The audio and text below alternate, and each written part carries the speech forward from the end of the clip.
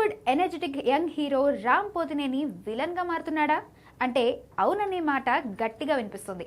ప్రస్తుతం రామ్ హీరోగా నటిస్తూనే స్వీయ దర్శకత్వంలో ఓ క్రేజీ ప్రాజెక్ట్ చేస్తున్నాడు. ఈ సినిమా షూటింగ్ జెట్ స్పీడ్ లో దూసుకుపోతుంది.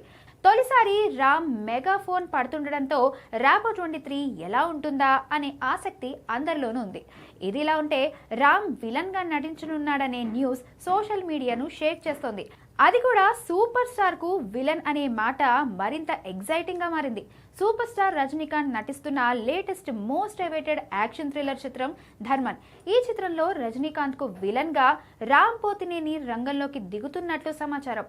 అశ్విన్ మారిముత్తు దర్శకత్వంలో తెరకెక్కుతున్న ఈ భారీ బడ్జెట్ చిత్రానికి సంబంధించిన షూటింగ్ ప్రస్తుతం చెన్నైలో జరుగుతోంది.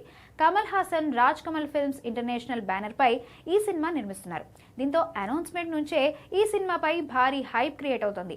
ఇక ఇప్పుడు రామ్ విలన్ గా నటిస్తే అంచనాలు నెక్స్ట్ లెవెల్ కి వెళ్లడం గ్యారంటీ.